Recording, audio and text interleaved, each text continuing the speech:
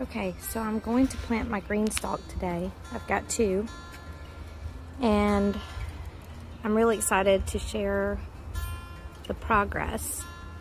I will say that I was not paid by GreenStalk, and I paid for these myself, so this is an honest review.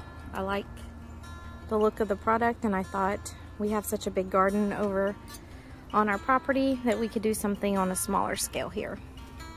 Especially since we rent, it's easier to do containers when you're renting, because I don't want to add anything that is a little more permanent that we couldn't take with us if we leave, when we leave, not if. So I was getting ready to start planting my GreenStalks, and I was pulling all of my plants out of the greenhouse, and I watered these last night, and look at the mildew and mold that are on some of these. Not really sure what's happened here and how it got that bad in just one night. Maybe it was just too moist. Not sure, but it only seems to be on this one particular type of pot, and it just kind of spread over to this. Can probably salvage a couple of these, but I'm gonna have to start over on some. And one of the reasons I like to start in the greenhouse is because some of the plants don't germinate, and I get really discouraged when that happens and I'm planting in a certain way and nothing pops out. So I'm going to have to remove these, and then I will wash my hands when I'm done. And yeah, that's just odd. And I will, this one might be okay, but the bean looks kind of bad anyway. And I will dispose of these. That's a shame. Oh well, it happens sometimes. This one might be, nah, I'll get rid of that one. And this one might be okay. I'll look at that one a little more closely, but see how they're like so weird. Anyway, I just thought it was odd. In my GreenStalk, I put the potting soil that was recommended, and then I added some organic fertilizer and worm castings. The reason I'm using a glove, which I wouldn't normally, is that I have a cut on my hand, and I just don't want the fertilizer getting in the cut. Even though it is organic, it'll sting. And I'm just mixing it in so that when I'm planting, my plants already have a start on the fertilizer. Now on my first tier of this one, I'm doing Kajari melon, a rainbow tomato plant.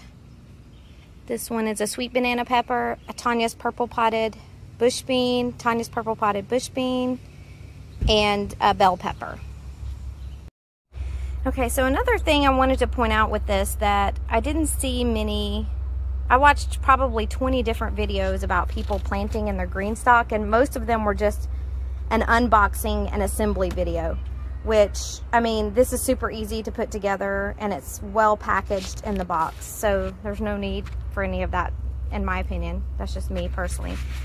However, not a lot of people were talking about strategy on planting, and I'm being very strategic with how I'm planting this. I read GreenStalk's blog and saw the Rusted Gardener's one of the channels I follow, and he planted peppers in all of one of his one year. He has a couple of GreenStalks, and he talks about them numerous times. So he planted peppers in all of them. However, peppers can grow up pretty high. So can tomato plants, and I'm actually experimenting by doing a melon in this one. So since I know that the melon is, that I'm planning on looping the melon up and bringing it up the tier, I'm being mindful of that. I'm also being mindful of the fact that this tomato plant, which is a rainbow tomato, this tomato plant, which is a husky cherry red tomato, it's a dwarf indeterminate tomato, So I'm being mindful of the fact that I don't want anything growing up to block the sunlight on this one. So I have bush beans below. And I'm going to, I already mapped out how and what I want to plant in each spot. But I'm just being very mindful of the fact that these beans are not going to get any taller than this that might block the sun, whereas these might. So I'm going to put bush beans in these sections, or some of my herbs. I'm going to put a lot of my herbs up at the top so that I can easily reach them, because I feel like that's what I'm going to be using the most until these other things are ready to harvest. A lot of my herbs, especially the ones I started from seed that have been in the greenhouse, are ready to start harvesting. So that's one of the advantages of having them right here for me to be able to use when I'm cooking. But anyway, I didn't see a lot of people talking about strategy on the planting. It just appeared as if everyone was just planting stuff at random. And I'm trying to be a little bit more strategic. So we'll see how that works. I'll use it and compare it to what other people have done and the successes they have had. One thing I'm not planting in these green stalks that a lot of people talk about planting is strawberries. I have strawberries out at our garden, at our in-ground garden, and our raised bed garden. And I'm not going to plant any strawberries here. Okay, so in this section I have German thyme. I have 4 Tanya's purple potted bush beans, and I have the husky red cherry tomato. That's a dwarf indeterminate tomato. So now let's stack the next. Okay, so on this level, and again, I'm very mindful about what is planted underneath each variety. This one is a lunchbox red sweet pepper. This one is a Mexican sour gherkin, a cucamelon. This is garden sage, Tanya's purple potted bush bean, sweet basil. And this one is a cherry tomato. It's a compact indeterminate, so it's going to stay rather small. It's almost identical to the one we have growing in the Simper Fresh garden. It's called Tidy Treats, and it's going to produce, you know, a little bit bigger than cherry sized tomato, and it's going to stay small. So as it starts growing, it's just going to kind of stay compact.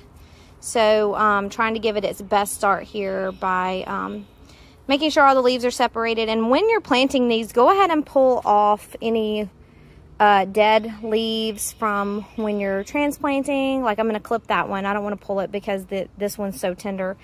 But if you see any dead leaves, go ahead and pull all that kind of stuff off before you're putting them into your planters. Give these things the best opportunity to grow. Okay, so in this top bed, I have added some dragon's tongue bush beans. It's a variety of green bean, some mint, more dragon's tongue beans. This is lemon balm. Looks like there's a bug on there. Dragon's tongue, bush beans, and dill. I have one more layer on this one. This is a lot of plants. This is a really good option for those of you who don't have a lot of gardening space, or you're in an apartment or in a patio, or have no yard, or whatever the case may be, because this is like, what, maybe 2 square feet at the base, and you're growing up. And a lot of these you can put multiple. There's like a guide inside of the GreenStalk that tells you how many of each type of plant. Not every plant is included, but how many seeds you could plant. It said you could do 3 bush bean seeds per, or bean seeds, I guess, per little section here. But on a couple of mine, you can see I just put 1. I'm kind of experimenting with this too since it's my first time. So I put 2 of the dragon's tongue, and these do really cool green beans. That's similar to what the pod is going to look like when they grow. They're just really cool beans. And when they cook, they just look like green beans. But anyway, so let's get the final let's get the final level up, and then I will water it. I'm actually going to go over this one before I put it up on top. I have another Kajari melon. I figured, what the heck. A cucumber melon. This one's a bell pepper. 2 Tanya's purple potted, and some oregano. And everything in here I started from seed. Some of them were started from seed back in February. The peppers and the oregano. And the cucumber melon I started from seed about a month ago. The Kajari melon I started from seed probably about a month ago. I have the date on there, I'd have to look. And then these I started about a week ago. Okay, so I have everything planted and assembled. I have put the water in the top reservoir, and I'm not sure if you can see, but each level is currently being watered. And I'll just have to do some experimenting to find out, you know, how often I need to water this. I'm not really sure. So this is the second level, and you can see that the third level is getting water now. The fourth level, it has not trickled down here. And obviously the fifth, it's not either. So I keep trying to film this video, and the crows just will not be quiet. Okay, so in this GreenStalk, I have a lot that I'm planting directly from seed. I'm gonna get the rest of my herbs in, and some of the tomato plants that I was planning on planting in here. And since a lot of my beans got mold on it, I am just going to get rid of these beans and start some from seed. So that way I also have a good comparison on starting from seed inside the GreenStalk, which I'm not a huge fan of doing because I prefer to make sure everything's going to germinate. So I'll just have a good comparison point. And I also am waiting on some container okra to come in. The seeds will be here Monday, I believe, so I'll be able to plant those. I'm really excited to try those. They're called Baby Bush, maybe. I'll look up the variety and add it here when I'm finished. But I'm not going to post this video until I'm completely done planting, so I won't be posting it till for 5 or 6 days. And then by then I'll be able to share a little bit of progress too on the other GreenStalk that is already planted.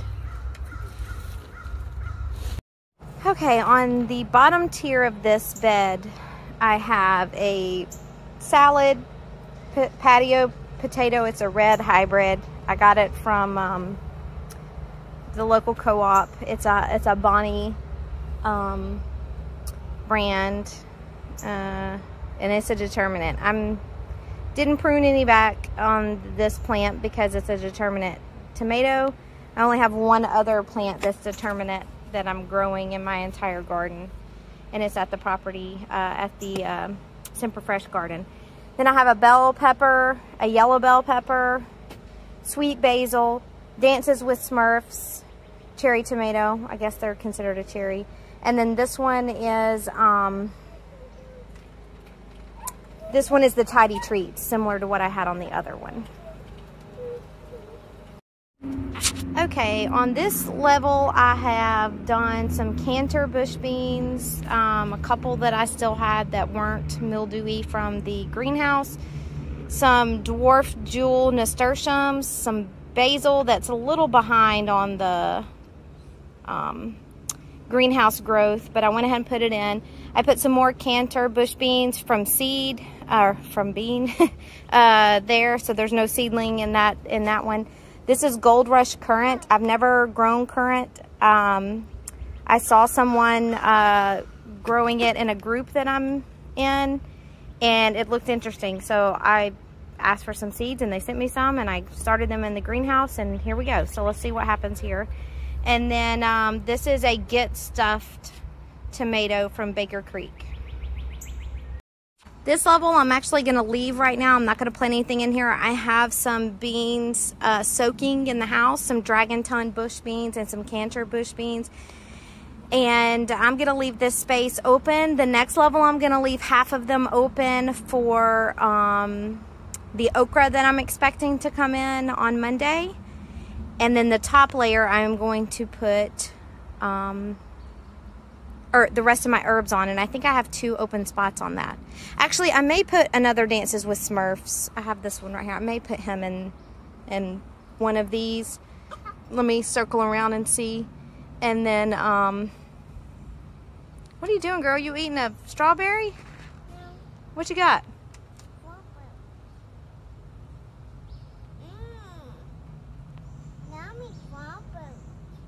Something I wanted to point out that I didn't really see mentioned in a lot of the other videos, if you use this method or any other method that has an automatic watering system, make sure that the holes are lined up properly. I didn't even see that mine were not lined up properly. I mean, I was planning on taking it back apart anyway after I assembled it to be able to plant. And the best way that this says to plant is to plant before you stack. So if I feel a need to come back and take this off to plant the beans later, I will. I don't think I'm going to need to. But if I feel like I do have to, then I totally will. But just to make sure that these are lined up, because otherwise they will be dripping where your root system is not. So just something I wanted to point out. Okay, on this top layer, I have sage, mint, lemon balm, dill, and I have 2 more pockets that I'm not quite sure what I want to put in them yet. So I'm going to go into the greenhouse and see if I have something that might work. I also have lots of stuff here. I don't really have any flowers in here except for the nasturtiums, but nasturtiums wouldn't be great to put here because of the height. Like the nasturtiums that I do have here are probably going to grow up to about right here from down there, or maybe a little lower. So that one shouldn't be a problem. Yeah, I'm not sure what I need to put up there. Let me think on it for a minute. I do have another Kajari melon that's ready to go in. Could do that. I might do that. What the heck? Let's try it. I also changed my mind over here. I am going to put another bean here in the spots where I only put 1. That way I have a little bit of succession planting going on if they germinate. So I'm going to go through and do that. I need to count and see how many that I have. I just wanted to share. So I planted this on Saturday. It's now Tuesday. I hope this is not a pole bean. It's supposed to be a bush bean. This one is just made a runner, so I mean maybe that's just a random one. These are the Tanya's pink potted bush beans. The rest of them aren't doing that, but who knows. But my plants really are growing great in here. They have already like started coming to life in here, and almost some of them have doubled in size. Tomatoes are looking great in here. Then I'll be getting my okra planted. I think I have 3 spots for the okra. Oh, I have the spot that I said I was going to put okra in, but that might be too high. Trying to look down to see what I have down here. Think what I have in the greenhouse that I could put in its place. But I may do it up there. It may be just fine. I just got done watering. And I will tell you, this holds about 2.5 gallons of water in the top reservoir, and you want to pour it all at the same time to ensure that the bottom tray is getting water. And I have been watering in between here as well, only because it is summer and it is really hot. Probably need to add some more dirt in here when I get ready to plant those okra seeds. But I'm really pleased so far. It's really easy to turn these. I come out, I don't turn them in the middle of the day. I just turn them every I turn them every other day. So this morning I just turned them, and for the most part, just this space here, this very bottom little bit is what's not getting sun, because this is even getting sun. So how the sun works on my front porch is it comes up over the house. Where is it right now? Oh, it's right here right now. So it comes up over the house, and this sun will be on the porch here at about 10 o'clock. And then it just clips the top of this tree, and then it has all of this sun. So it gets about 7 hours total of sun a day. I swear this lemon balm has just almost doubled since I put it in. That was just 4 days ago. But so far, really pleased and excited to see what kind of produce and fruit we get off of this plant. I mean, off of this planter.